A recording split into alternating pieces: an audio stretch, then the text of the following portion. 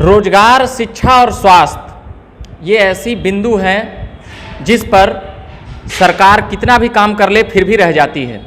मगर अगर कई कमी बिहार जैसे प्रदेश में मिलता है तो कई युवाओं से हम जानने का लगातार प्रयास करते रहते हैं। जिस प्रकार से पहले मैं शिक्षा स्वास्थ्य पर ले लेता हूँ। स्वास्थ्य व्यवस्था को लेकर क्या कुछ कहेंगे? कभी अस्पतालों का चक्कर लगाए होंगे या क्या कुछ अपना अनुभव बताएं।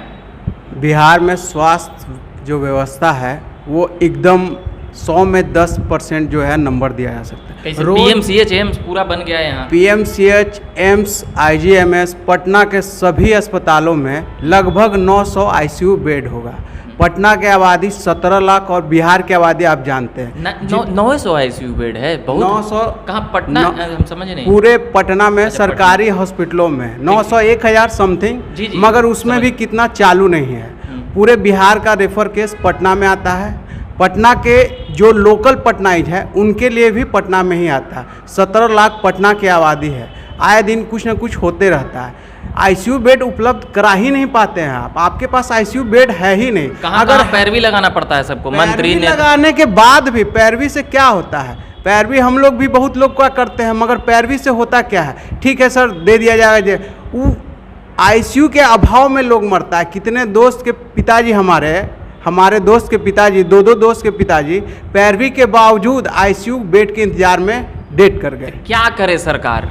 युवा के तौर पर आप क्या देखते हैं? सरकार ना ही आईसीयू बेड बढ़ाना चाहती है, ना ही हॉस्पिटल में फैसिलिटीज बढ़ाना चाहती है। सरकार जो है उसका सिर्फ ये मानना है कि पटना के निजी जो हॉस्पिटल हैं वो चले, सरकारी अस्पताल कम चले। मतलब सरकार सपोर्ट करती है पर्दे के पीछे से प्राइवेट अस्पतालों का? बिल्कुल बिल्कुल करती है। आप कहीं भी जाइए, जब आपकी पेशेंट की स्थिति खराब होगी तो आपको कहा जाएगा कि आप ले जाइए आईसीयू में ले जाइए, वहाँ के डॉक्टर सलाह देंगे। जब आईसीयू में आप ले जाइएगा तो आईसीयू के डॉक्टर बोलेंगे कि यहाँ बेड नहीं है, तो आप कहाँ जाइएगा?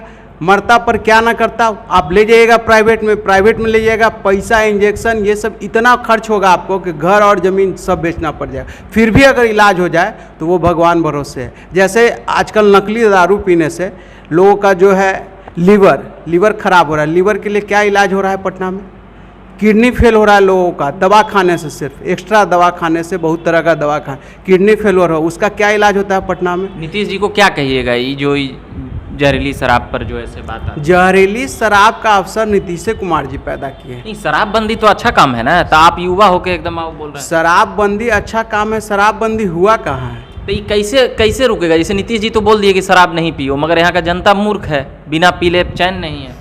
जनता तो मूर्ख आप नहीं कह सकते हैं, जनता तो समझदार है, इसलिए नीतीश कुमार को वोट। जहरीली शराब पी लेंगे? जहरीली शराब जनता उत्साह में पी लेता है। 10 साल उन लोग को पीने का हैबिट बन गया। अच्छा। जो जिस तरह जो कोई खैनी खाता है, अगर वो खैनी खाना छोड़ दे, अगर उसके बगल में कोई बनाने लगे तो उसको ललक हो जाता है कि थोड़ा हम भी खा लेते हैं। वो पुरानी चीज़ जब उपलब्ध होने लगा, बीच में लोगों ने छोड़ा, मगर जब फिर से उपलब्ध होने लगा, लोगों की चहकता महकता उसमें आ गई। ये तो बात हुआ स्वास्थ्य से जुड़ा हुआ। हम संक्षिप्त में लेना चाहेंगे। अब हम आ जाते हैं रोजगार पर।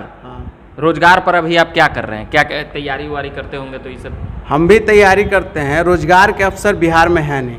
रोजगार बिहार में कभी बियर फैक्ट्री खोल के दिया जाता है और बड़े बड़े कीर्तिमान गाए जाते हैं कि बियर फैक्ट्री, शराबबंदी नीतीश कुमार किए हैं, मगर शराबबंदी से पहले उन्होंने बियर फैक्ट्री खुलवाया। ये उनकी सोच को दर्शाता है। और उनकी सोच को शुरुआत में जब वो सीएम बने थे तो बहुत जगहों पर शराब की खोली गई थी। हाँ, खोली गई थी, तो आप ही ना विकास के लिए चाहे पिलाने के लिए खुलवाए, सस्ते दर पे पिलवाने के लिए आप उनको आदत लगवाए। अब पेप्सी का खोल रहे हैं। पेप्सी का विरोध करते थे George Fernandes, Coca Cola, cold drink, इन लोग का विरोध करते थे। उन्हीं की पार्टी के ये नेता हैं। और ये पेप्सी का बॉटलिंग प्लांट जो है उसका वो भी गंगा किनारे, किसी भी तालाब, नदी के किनारे अगर कोई भी फैक्ट्री खुलता है तो नदी और तालाब का हालत क्या होगा? वो नाली बन जाएगा।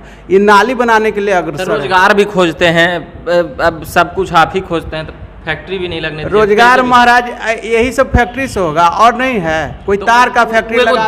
देसी चीज एगो देसी कोल्ड ड्रिंक से लाए हैं। देसी कोल्ड ड्रिंक कहाँ से लाए हैं? सुधा वाला कोल्ड ड्रिंक चलता है, लस्सी, वही ठीक है। देसी कहाँ से बनाते हैं? देसी कुछ नहीं, कुछ नहीं। लोकल और लघु उद्योगों को इन लोगों ने मारने का काम किया। कैसे बढ़ाएंगे आप युवा के तौर पर, कैसे सोचते हैं? फैक्ट्री इंडस्ट्रियलाइजेशन नहीं आएगा तो रोजगार कैसे आएगा?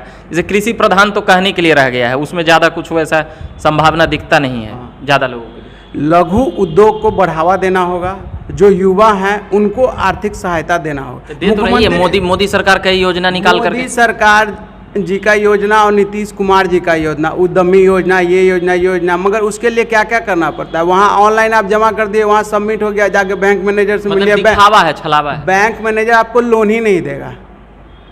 10,000 रुपया तो लोन देगा ही नहीं। लॉकडाउन के समय जो दिया था गरीब लोगों के लिए, वेंडर सबके लिए, वो तो दिया ही नहीं। आप कैसे सोचे? कमर तो रहा, बेरोजगारी देखना, पासपोर्ट ऑफिस जाके देखिए। तो यहाँ पे नीतीश जी कहते हैं कि हम इतने शिक्षकों का नौकरी दे दिए, तो आप कैसे कहते हैं? आप उसमें नहीं भरे थे? शिक्षकों का नौकरी दे दिए नीतीश कुमार जी। कितना नौकरी? पुलिस का वैकेंसी, पुलिस का वैकेंसी। अब आप 1 लाख में 2 ठो रोजगार दिए, 1 लाख लोगों पे 2 गो 3 गो 4 गो रोजगार दिए, उसको रोजगार थोड़े कहा जाता है। वो तो ऐसे ही आप अपने चुनाव के समय, बाई इलेक्शन चुनाव के समय अपने आप को प्रभावित, अपनी सरकार को प्रभावित दिखावा करने। कितने कब से आप तैयारी कर रहे हैं इसे? हम तो तैयारी 5 साल से कर रहे हैं, मगर कुछ ऐसा स्कोप लगता है। हम विधानसभा में भरे थे ग्रुप डी का, जिसमें से हम 19 क्वेश्चन सही दिए थे। मेरा भी इंटरव्यू हुआ था ग्रुप डी में, और 19 क्वेश्चन हम सही दिए थे। 1 क्वेश्चन का आंसर, 20 क्वेश्चन में 19 सही दिए थे, फिर भी मेरा सिलेक्शन कहाँ हुआ? क्या है उसमें? पहुँच पैरवी चाहिए का? पहुँच पैरवी अब आप जानते नहीं हैं, सरकार वैसने कामें करता है और एग्ज़ाम लेती है छांटने के लिए, पैसा कमाने के लिए। लोग 500 का डिमांड ड्राफ्ट, SSC 100 रुपया लेता है, बिहार सरकार 500 लेती है।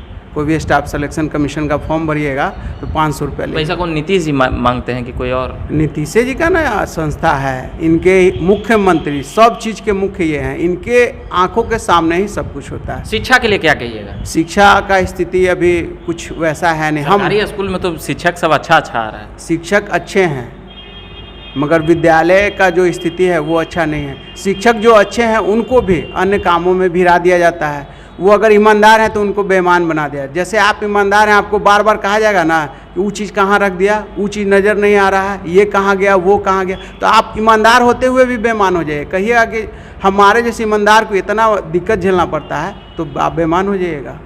चलिए, कुछ सवाल थे जो बता रहे थे बिहार के युवा। प्रवीण जी तैयारी करते हैं और भी निजी रूप से भी कुछ अभी लगे हुए हैं अपना रोजी रोटी में। उन तमाम बातों और मुद्दों को लेकर, हम बिहार के युवाओं के मुद्दों को लेकर खास करके हमेशा आते रहते हैं। ये कुछ बातें हमने जानने का प्रयास किया बिहार के युवाओं से। मेरा नाम हुआ रविकांत कश्यप। आप बने रहिए झकास भारत के साथ। धन्यवाद।